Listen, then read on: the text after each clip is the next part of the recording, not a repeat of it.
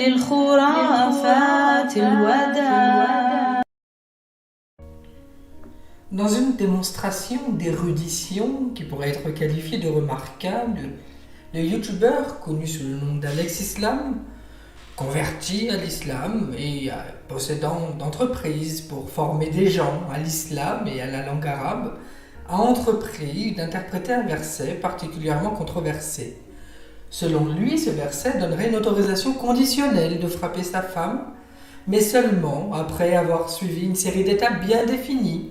Ces étapes qu'il a énumérées avec une précision presque chirurgicale, et elles sont les suivantes.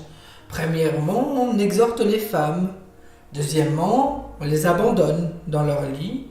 Et troisièmement, on les frappe. Mais attention, avant que l'on s'indigne de toute chose, Alex Islam nous assure, le terme frapper doit être manipulé avec la délicatesse d'un chirurgien maniant le scalpel.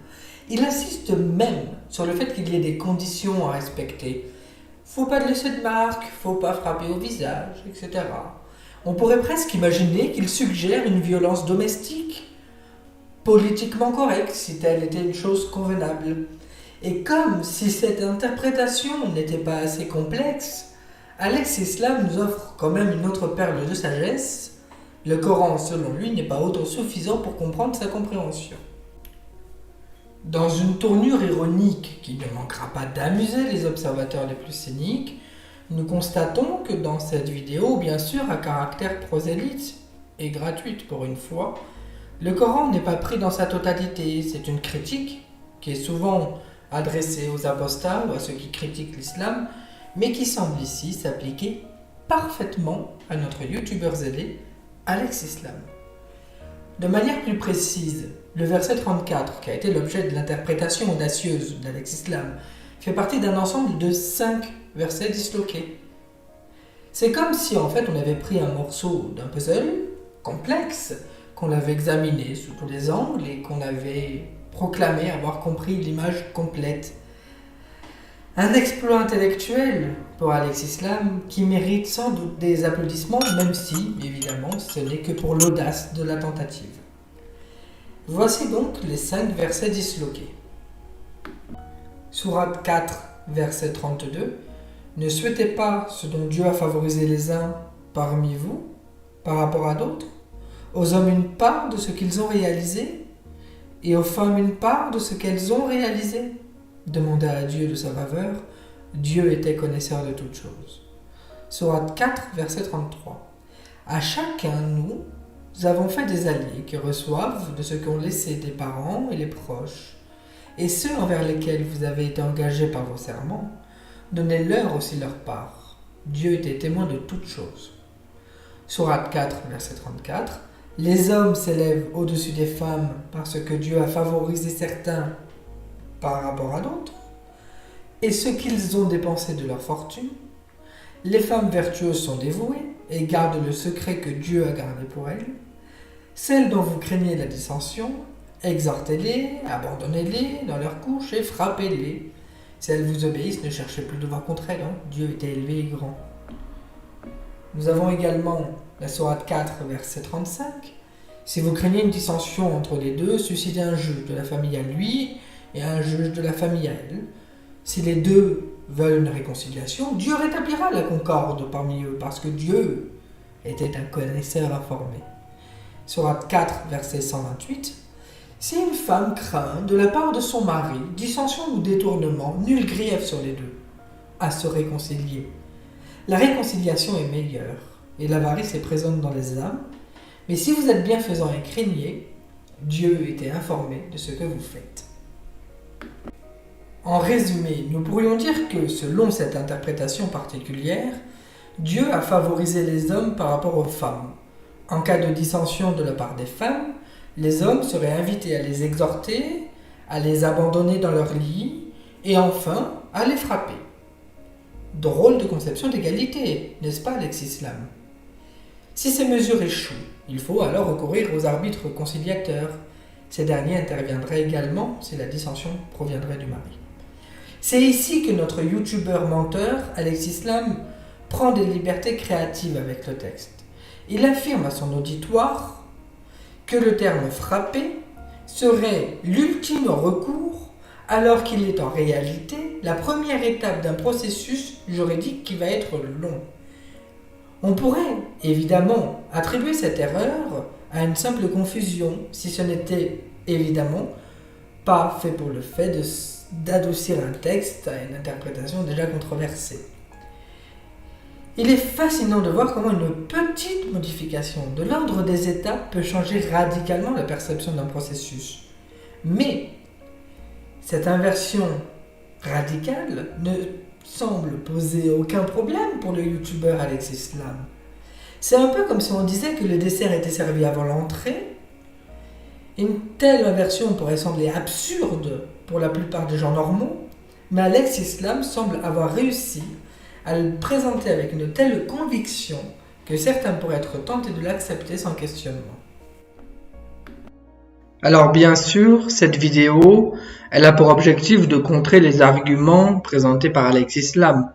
Mais on va aller au-delà dans cette vidéo. Cette vidéo, elle va avoir quand même pour objectif de montrer les origines, c'est-à-dire pourquoi Alexis Lam ment, quelles sont les sources lui permettant de mentir, et plus exactement, cette vidéo permettra également de comprendre, pour celui qui fait preuve d'esprit critique, s'il est dans la bonne voie, si en effet, dans le Coran, dans la sourate 4 au verset 34, il est mentionné de frapper les femmes.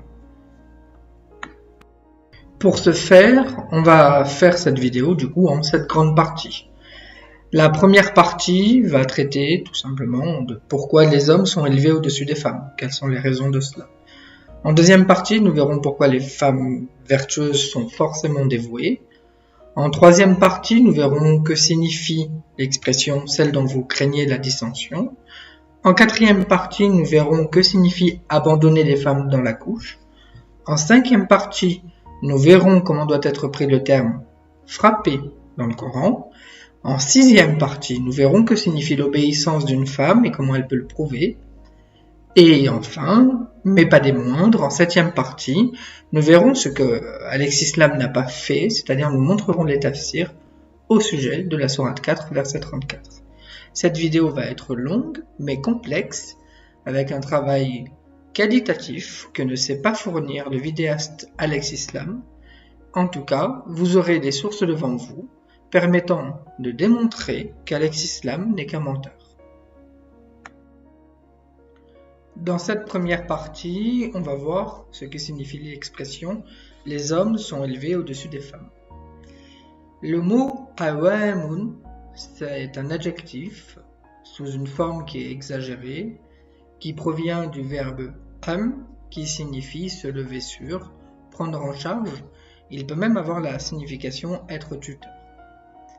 Comment ne pas être emporté par une telle polyvalence, comme si, d'une certaine manière, cela suggérait subtilement que les hommes peuvent avoir une position de supériorité sur les femmes, qu'ils peuvent porter le poids du monde sur leurs épaules et même endosser le rôle captivant de tuteur. N'oublions pas une condition préalable, l'autorisation d'un tuteur masculin est nécessaire pour qu'une femme puisse se marier. C'est tout de même étrange que Alexis Lam n'appuie pas sur ce premier mot. De plus, sous leur couronne d'hommes dominants, les hommes sont investis du droit, devrais-je même dire de la noble obligation, de corriger les femmes pour qu'elles respectent leurs devoirs envers Dieu et, au final, envers eux-mêmes, c'est-à-dire les hommes. En retour, ces délicates femmes ont le devoir séculaire d'obéir aux instructions des hommes. On se demande alors, tout simplement, comment les femmes font pour résister à une telle chance, une chance d'émancipation. En tant que figure dominante, on ne peut négliger le fait que ces hommes sont également chargés de protéger les femmes, exactement comme un chef ou un émir se doit de protéger ses subordonnés. Que demander de plus aux femmes ? Le Coran, dans sa grande splendeur infinie, énonce dans la sourate 66, verset 6 « Ô vous qui avez cru, protégez-vous et vos familles d'un feu ». Un message qui bien sûr s'adresse à l'homme, ce gardien vigilant, censé veiller au salut de sa ou bien sûr de ses femmes. Comment également omettre la sourate 2, verset 228, qui affirme « Elles ont sur les hommes ce que les hommes ont sur elles, selon leur convenance. Cependant, les hommes ont un degré de plus qu'elles. » Le verset dit clairement « Cependant, les hommes ont un degré de plus qu'elles. » Sans aucun doute, un commentaire poétique sur l'équilibre des forces. Pour conclure, il y a 3 catégories de raisons principales pour affirmer que dans l'islam, l'homme est placé au-dessus de la femme. La première est la faveur divine. Dieu a choisi les hommes. La deuxième est d'ordre naturel, établi par l'homme robuste, combatif, avec une vie sexuelle réputée intense. Et la troisième raison, surprise, c'est que les hommes dépensent de leur fortune pour leurs épouses, notamment par exemple en offrant dot lors du mariage, en assurant leur subsistance. La supériorité de l'homme dans le Coran se manifeste même à travers des dispositions légales qui sont variées et qui sont intrigantes. L'homme peut répudier sa femme et la reprendre. C'est un droit que la femme, elle, ne dispose pas. Le témoignage d'un homme est considéré comme équivalent à celui de 2 femmes, sourate 2, verset 282. La sourate 4, verset 11 vous affirme que dans l'héritage, un homme reçoit 2 fois plus que ce que reçoit une femme. La valeur du sang d'un homme est le double de celle d'une femme, ce qui pourrait se référer à des questions de compensation en cas de blessure ou de meurtre. Mais également, un homme a le droit de limiter la manière dont sa femme utilise ses biens au-delà d'un tiers et elle ne peut agir sans autorisation, à l'exception bien sûr des devoirs religieux imposés par Dieu, tels la prière, la zakat, etc. Mais le djihad et le butin sont attribués aux hommes. En effet, le Coran encourage les hommes à lutter avec leurs biens et leurs personnes dans la voie de Dieu, sourate 9, verset 41, mais demande en même temps aux femmes de rester dans leur maison, sourate 33, verset 33. Dans cette deuxième partie, nous allons essayer de comprendre ce que signifie l'expression « les femmes vertueuses sont dévouées ». Le hadith numéro 1159 de Timiridi énonce la chose suivante, début de citation. « Si je devais ordonner à une personne de se prosterner devant une autre, j'ordonnerais à la femme de se prosterner devant son mari. » Fin de citation. Curieusement, on ne retrouve pas ce hadith dans les commentaires du célèbre youtubeur Alex Islam lorsqu'il aborde lui-même de la question de la femme en islam. Que de mystère, n'est-ce pas? De même, le hadith numéro 7725 du Sahih al-Jami qui propose la chose suivante, début de citation. Par celui dans les mains duquel est mon âme, si un homme était couvert d'ulcères suppurants de la tête aux pieds, et si sa femme venait à lui pour nettoyer ses plaies en les léchant, cela ne serait pas suffisant pour remplir les obligations qu'elle a envers lui. Alors vous voyez, c'est très étonnant qu'Alex Islam n'ait pas cité précisément ce hadith qui est très intéressant, puisque quand même, il éviterait à l'homme de se laver, puisque au final, une femme pourrait faire condition de baignoire pour le nettoyer. Les femmes vertueuses, quant à elles, sont censées être constamment disponibles pour les relations sexuelles à son mari, dès lors que celui-ci exprime un désir, et peu importe les circonstances. C'est d'ailleurs ce qu'illustre le hadith numéro 1853 d'Ibn Majah, début de citation. Par celui dans la main duquel se trouve l'âme de Mohammed, une femme ne peut accomplir son devoir envers Allah jusqu'à ce qu'elle accomplisse son devoir envers son mari. Si ce dernier sollicite un acte sexuel, même alors qu'elle enselle sur son chameau, elle ne devrait pas refuser. Fin de citation. Voilà tout de même un hadith assez consternant, montrant tout de même une égalité assez relative, voire douteuse, de l'homme et de la femme. Pourquoi Alex Islam, ce menteur, manipulateur et falsificateur de textes, ne cite pas précisément ce hadith, qui pourtant est extrêmement éloquent? On a dans ce hadith une vision singulière de l'égalité. On serait tenté de croire qu'une femme pourrait ne pas être disponible à tout instant, qu'elle pourrait être fatiguée après avoir mis plusieurs temps à cuisiner, à mettre en four, et qu'elle voudrait tout simplement refuser une relation sexuelle. Pourtant, si tel était vraiment le cas, si elle refusait une relation sexuelle, elle ne serait plus considérée comme vertueuse.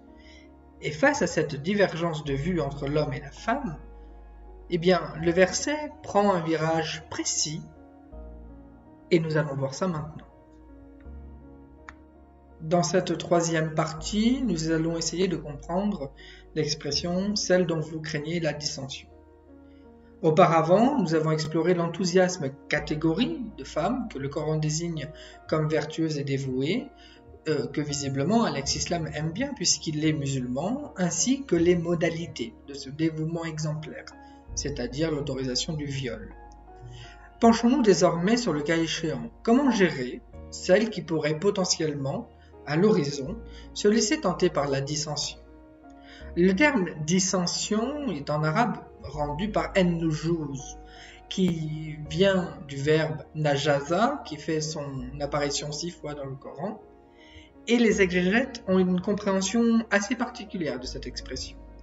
L'expression, celle dont vous craignez la dissension, en-nujuz, selon eux, le terme nujuz serait une colline élevée, une métaphore filée, à laquelle ils attribuent la signification d'une hautaine attitude de la part de la femme envers son mari, liée bien sûr à un sentiment d'aversion et de rejet. Cette terrible dissension comprendrait le refus de la femme d'avoir des relations sexuelles avec son mari et aussi le refus d'accomplir ses devoirs religieux. C'est un comportement qui s'oppose radicalement à celui des femmes vertueuses et dévouées, comme nous l'avons décrit précédemment. D'ailleurs, Al-Tantawi note cependant que le Coran ne dit pas « dont celles qui font dissension », mais le Coran écrit « dont celles dont vous craignez la dissension », tarafunna. Il émet l'idée stimulante que les problèmes devraient être résolus dès que des signes de dissension se manifestent. En gros, j'ai un doute, tu te crois une baffe. Une prévention proactive, si vous voulez. D'autres pensent que le terme craignez, tarafunna, devrait être compris comme connaissez. En d'autres termes, le sens serait dont celle vous connaissez la dissension. Il y a une nuance, mais elle est importante. Dans cette quatrième partie, nous allons voir ce que signifie l'expression « exhorter les femmes ». Le passage sur « exhorter les femmes » en arabe et dans ce passage précis, dans ce verset, est rendu par « wa hujuluhunna » qui peut être traduit par « abandonnez-les », etc. Hunna, c'est les, L-E-S, c'est les femmes. Ce terme a suscité diverses interprétations, bien sûr en fonction des différents exégètes. Pour certains, ce concept implique que l'homme doit éviter les rapports sexuels avec sa femme, et ceci est souvent d'ailleurs associé à une forme de punition ou de rejet. Voilà, la femme a interdiction. Cependant, d'autres interprétations suggèrent que l'homme pourrait contraindre sa femme à avoir des relations sexuelles, mais ne pas communiquer avec elle, ou même la laisser seule par la suite. Donc, on serait dans de l'humiliation, et cela la plus totale. C'est dommage qu'Alex Islam ne nous en ait pas parlé. Une autre interprétation suggère que l'homme fait la négligence pour tester l'attachement de sa femme, ou de ses femmes. Dans tous les cas, le droit de l'homme à avoir des rapports sexuels reste préservé. Une autre interprétation, encore fournie par Ibn Abbas, indique que l'homme pourrait utiliser des mots offensants, c'est-à-dire des insultes, envers sa femme sans éviter les relations sexuelles. Enfin, il faut quand même mentionner Tabari. Il soutient que cette expression peut signifier l'attachement, mais pas l'attachement sentimental. Attacher les femmes à leur couche ou chambre, une pratique qui évoque celle des Bédouins, dont Mohammed était, qui entravaient les animaux pour les empêcher de s'en échapper. Tout à l'heure, je vous montrerai cet tafsir. Cette interprétation est rejetée par d'autres exégètes évidemment, mais l'argument d'Al-Tabari est soutenu par un récit d'Asma, fille d'Abou Bakr, qui aurait été battue et physiquement restreinte par son mari, une pratique qui a été présentée comme justifiée dans certaines circonstances. Pourquoi le youtubeur Alex Islam, fin connaisseur des textes islamiques, ne parle pas de ces exégèses? Pourquoi il omet volontairement ces textes qui permettent aux non-musulmans de se faire là une idée un peu plus concrète des textes islamiques. Dans cette 5e partie, nous allons essayer de comprendre comment doit être compris le terme frapper dans le Coran. Le mot frapper dans ce verset est utilisé par le verbe daraba, qui signifie frapper, et plus précisément, l'expression utilisée dans ce verset c'est wadribuhunna. On a le wa qui est la conjonction ou qui est un préfixe, idrib qui est le verbe, le fa'il, à la deuxième personne masculin, on est à l'impératif, et le hunna qui se réfère à elles, les femmes. Si on devait traduire correctement ce mot, on pourrait obtenir du coup « et les hommes frapper les femmes ». De nombreuses personnes, comme peut-être Alex Islam, pensent que le mot « frapper » peut être rendu par autre chose que « frapper ». Or, le Coran propose d'innombrables récurrences dont la traduction ne peut se rendre autre chose que par frapper. Sourate 2, verset 60, « Frappe avec ton bâton le rocher ». Sourate 2, verset 73, « Frapper le cadavre avec une partie de la vache ». Sourate 7, verset 160, « Frappe avec ton bâton le rocher ». Sourate 8, verset 12, « Frappez donc au-dessus des coups et frappez-les sur les bouts des doigts ». Difficile de dire dans ce verset que le mot ne peut pas signifier frapper. Sourate 8, verset 50, « Il les frappe sur leur face et leur derrière en disant « Goûtez au châtiment de Dieu ». Encore une fois, on ne peut pas comprendre par autre chose que frapper. Sourate 26, verset 63, « Frappe la mer de ton bâton ». Sourate 37, verset 93, « Puis il se mit à les frapper de la main droite ». Sourate 38, verset 44, « Et frappe cela et ne manque pas ton serment ». Sourate 47, verset 4, « Pour ceux qui ont mécru, frappez-les au-dessus des coups ». Sourate 51, verset 29, « Et elle frappa son visage et dit, une vieille stérile ». Alex Islam, ce youtubeur, ne contredit pas que le terme frapper ne peut pas être rendu par autre chose que frapper. Il dit simplement qu'il y a des circonstances atténuantes à cette terminologie et qu'il faudrait utiliser le terme frapper avec des conditions draconiennes, et on va voir maintenant vraiment ce que disent les tafsirs. Avant de parler des tafsirs et de vous les montrer, on va quand même parler dans cette 6e partie de la signification de l'obéissance pour une femme. On se rend compte dans la sourate 4, verset 128, que je vous ai tout à l'heure cité, que je vous remets, si une femme craint de la part de son mari dissension ou détournement, nul grief sur les deux à se réconcilier, la réconciliation est meilleure, et l'avarice est présente dans les âmes. Mais si vous êtes bienfaisant et craignez, Dieu était informé de ce que vous faites. Eh bien, c'est une surprise, car selon ce verset, si une femme a le malheur de sentir que son cher et tendre mari pourrait la délaisser pour une version plus jeune et plus attrayante, disons 9 ans, et qu'elle a l'immense privilège de pouvoir chercher à se réconcilier, eh bien, elle ne peut vouloir qu'une réconciliation, car au final, c'est le mari qui a le droit de frapper et pas elle. Il lui offre généreusement le droit de choisir de renoncer à ses propres droits pour éviter d'être mise à la porte par son mari. Alex Islam ne nous a pas montré ce verset, et c'est très étrange pour quelqu'un qui aime le Coran et qui n'en a pas honte et qui le cache beaucoup. Dans cette dernière partie, nous allons maintenant mentionner les tafsirs. Le tafsir d'Al-Tabaranid, lui, explique, et vous l'avez devant vous, la frappe est conditionnée par la sécurité. Donc il est préférable qu'il la frappe avec une sandale ou une gifle, 2 ou 3, selon ce qu'il juge approprié. Vous voyez, il y a des tafsirs qui ne sont pas et qui ne vont pas dans la vision d'Alex Islam. Et pourtant, Alex Islam, lui, ne les mentionne pas. Il s'agit d'un mensonge par omission.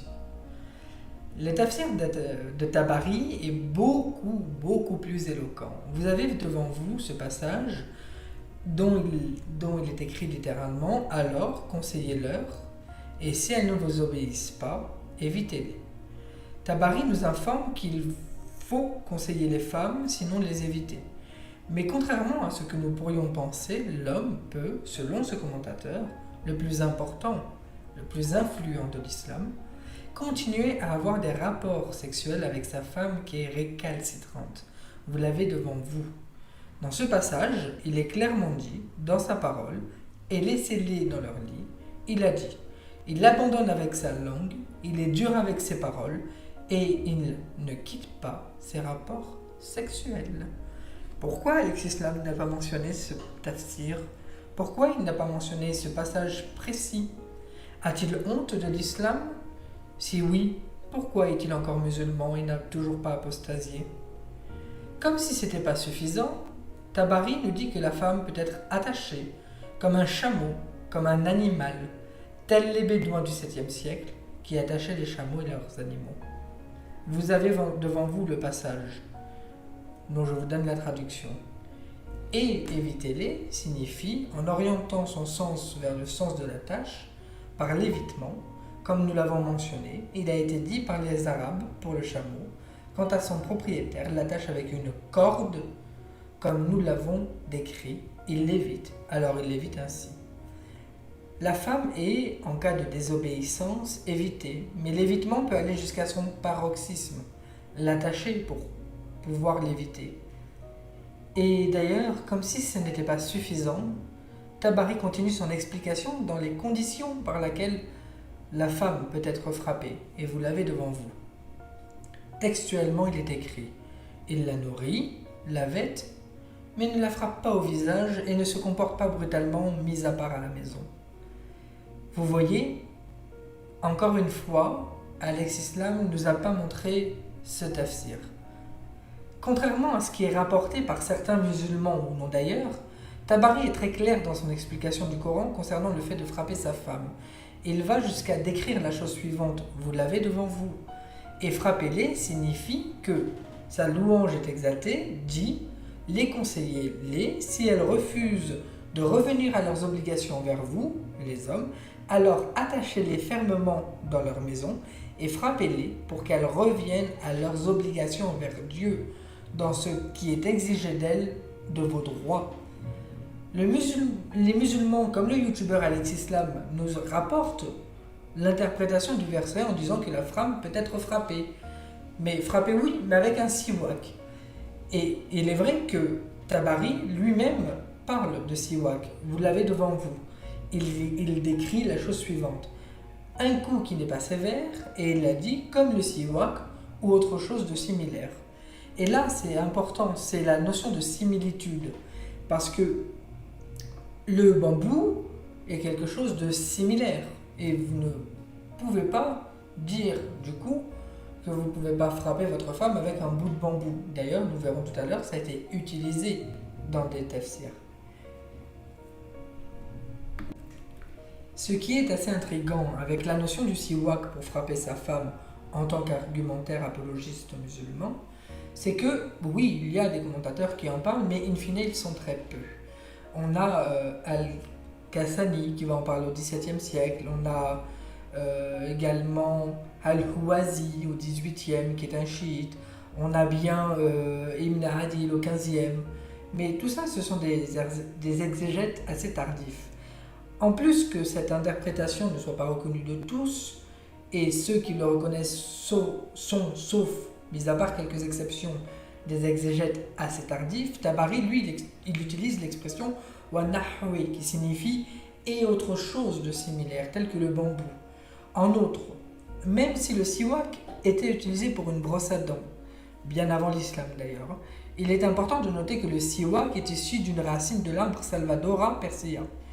Certes, cette racine est nettoyée, séchée, conditionnée pour l'hygiène bucco-dentaire, mais il faut garder à l'esprit que le siwak est en bois. Par conséquent, même s'il est utilisé avec soin, un morceau de bois peut potentiellement faire mal s'il est mal utilisé. Par exemple, je ne sais pas, mais par exemple, pour frapper une femme, par exemple. Le fait de frapper sa femme est mentionné dans tous les tafsirs, d'où les musulmans ne peuvent pas contredire ce fait. Prenez par exemple le tafsir d'Al-Khanati, on est en 1256. Vous l'avez devant vous et il écrit la chose suivante. La frapper signifie qu'il ne doit pas être sévère ni excessif, comme indiqué dans le hadith. Ibn Abbas a dit avec le siwak et autres objets similaires. Et la frappe qui n'est pas sévère est celle qui ne brise pas un os, ne détruit pas un membre et ne laisse pas de laideur visible. L'excessif étant le contraire, on devrait éviter le visage. Le prophète a dit « Accroche ton fouet là où ta famille peut le voir » et Asma bint Abu Bakr a dit « J'étais l'une des 4 femmes chez El-Zubayr et quand elle se mettait en colère contre l'une d'entre nous, il la frappait avec une branche de palmier jusqu'à ce qu'il la brise sur elle. » Donc vous voyez les musulmans, quand vous dites que frapper ça ne signifie pas frapper, que frapper c'est partir en voyage, que frapper c'est avec un mouchoir ou même avec un siwak, ça n'est pas vrai. Le siwak c'est quelque chose qui était utilisé pour faire mal, comme le prophète lui-même l'aurait fait en utilisant une branche de palmier jusqu'à ce qu'il se brise sur elle. Si nous examinons de plus près parmi les 69 exégèses disponibles sur le tafsir.com, nous constatons que l'interprétation de frapper avec le siwak ne représente que 16% des cas. Paradoxalement, ces tafsirs censés expliquer le Coran n'offrent pas de précision dans 36% des cas. Ça signifie quelque chose de très simple, c'est que 36% des commentateurs ont estimé qu'il n'y avait pas à commenter sur le fait de frapper sa femme parce que, bien, c'était très limpide et très explicite. Dans le reste des cas, les tafsirs suggèrent d'être sévère envers son épouse, ce qui correspond quand même à 31% des cas restants, et 1% parle même d'insulter sa femme.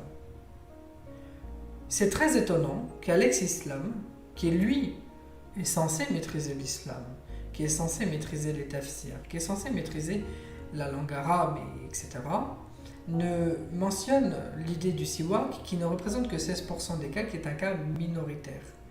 S'il avait voulu vraiment représenter la minorité, pourquoi ne parle-t-il pas d'interprétation qui suggère de gifler sa femme dans les 2% des cas restants? Au final, un musulman intellectuel et qui dit la réalité devrait dire que dans 36% des cas, il n'y a pas d'interprétation au niveau des tafsirs et que la femme doit être frappée. Et dans 31% d'autres cas, les tafsirs disent d'être sévère envers son épouse.